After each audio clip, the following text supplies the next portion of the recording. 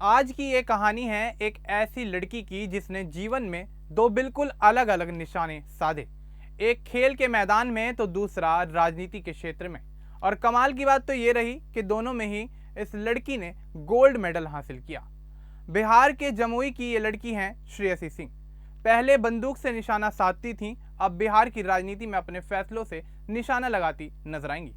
उनका सफर इतना दिलचस्प है कि लगता है मानो किसी फिल्म की कहानी हो, जिसमें स्टाइल भी है, स्ट्रगल भी है और उसके साथ है सुपरहिट कमबैक।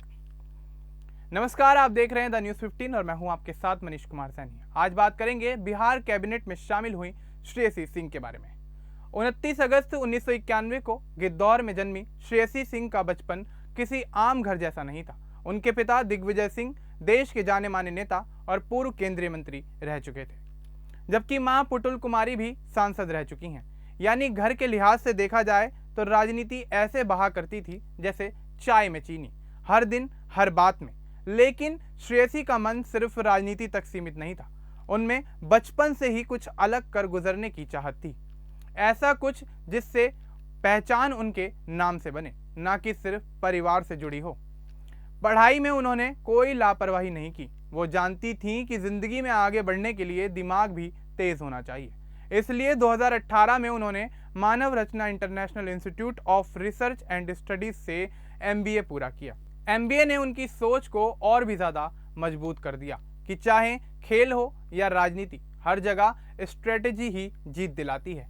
और तभी उनकी ज़िंदगी का एक्शन मोड शुरू हुआ। श्रेयसी की असली पहचान बनी शूटिंग से।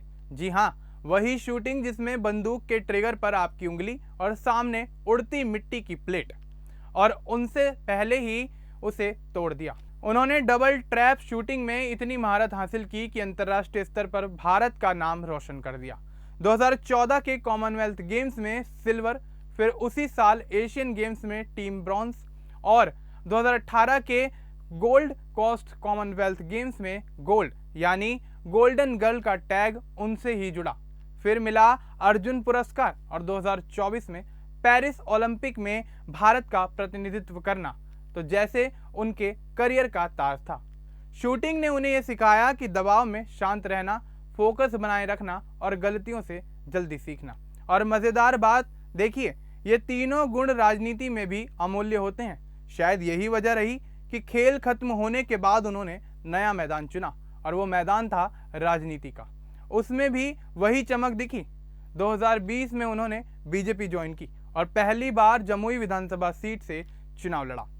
लोग सोच रहे थे एक खिलाड़ी राजनीति में कितना आगे जा पाएगी, लेकिन उनके जवाब में पूरा जमुई बोल उठा। पहली ही बार में उन्होंने RJD के उम्मीदवार को बड़े अंतर से हरा दिया। लोगों ने देखा ये कोई स्टार किड वाली जीत नहीं, बल्कि मेहनत, अनुशासन और जनता के भरोसे की जीत थी। फिर आया 2025 का चुनाव और श्रेयसी ने इस बार और भी ज़्यादा दम दिखाया। उन्होंने फिर जीत हासिल की और इस बार तो बिहार सरकार की नई कैबिनेट में उन्हें मंत्री भी बना दिया गया।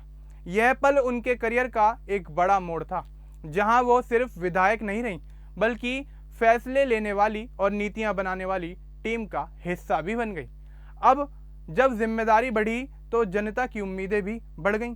खास तौर पर खेल प्रेमियों और युवाओं को उनसे काफ़ी ज़्यादा उम्मीदें हैं, क्योंकि वे मानते हैं कि जिसने खुद मैदान में पसीना बहाया हो वही खिलाड़ियों की असली ज़रूरत समझ सकता है।